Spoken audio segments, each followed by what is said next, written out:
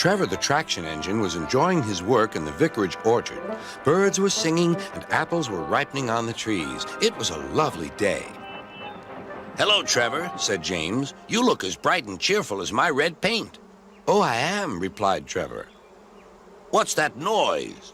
"It's the bees," laughed Trevor. "They're all in these boxy things called beehives. I'm taking them to the station. The vicar says his bees make good honey, and he's giving some of them to his friends." Just then, Boko, the diesel engine, hummed in. "Take care, you two. Don't make the bees angry. They might sting you." James didn't like being told what to do by a diesel, and he buzzed away. "Goodbye, Trevor," called Boko, and set off to see Duck at the next station. Bill and Ben, the tank engine twins, were busy arranging cars, but they scampered off when they saw Boko. "I remember the first time I met those two," laughed Boko. "They nearly made my eyes pop out. Edward soon put a stop to their games."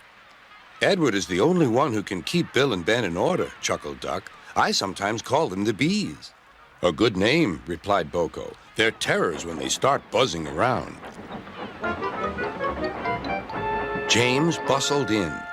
"What's that, Duck? Are you afraid of bees? They're only insects after all, so don't let that buzzbox diesel tell you different."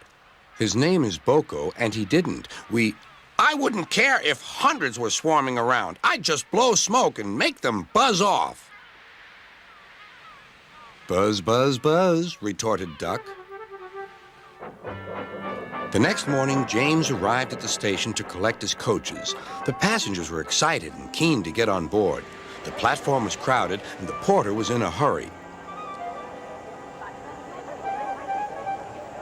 "Mind your backs," he shouted. Then there was trouble. The beehive fell and broke open.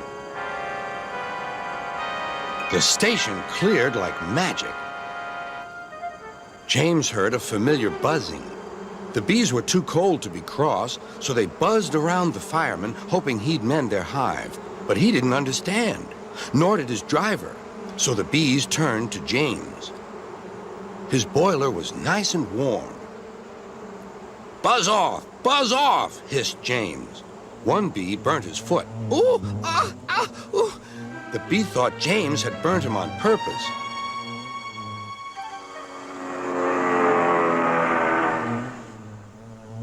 So it stung James right back on the nose. "Eee!" whistled James. He had had enough. So had his fireman and driver. They didn't notice till too late that they had left all their coaches behind. They tried everything to get rid of the bees.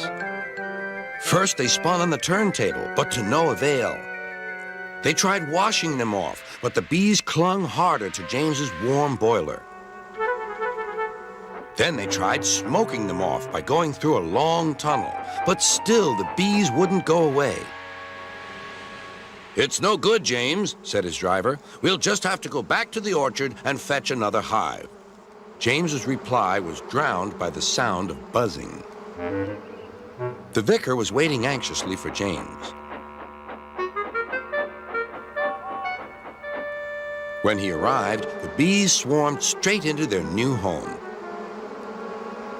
"Come on, James," said his driver. "What you need now is a good hose down."